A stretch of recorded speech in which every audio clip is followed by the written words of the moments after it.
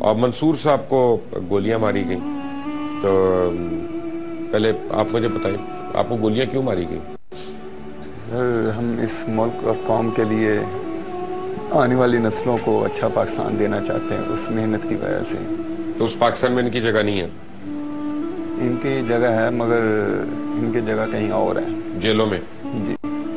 F I R تو کٹ نہیں رہی، آپ لوگوں کو گولیاں آپ کو پڑیں اور پرچے آپ کے اوپر ہو گئے۔ وہ اس لیے کہ ہمارے شہباز شریف صاحب بہت سمارٹ مین ہیں، کہیں پٹاخہ بھی چل جائے تو پہنچ جاتے ہیں، مگر یہاں 15 لاشیں گر گئی ہیں اور انہیں ابھی تک خیال نہیں آیا کہ ان کا فاتحہ بھی نہیں پڑھنے آئی؟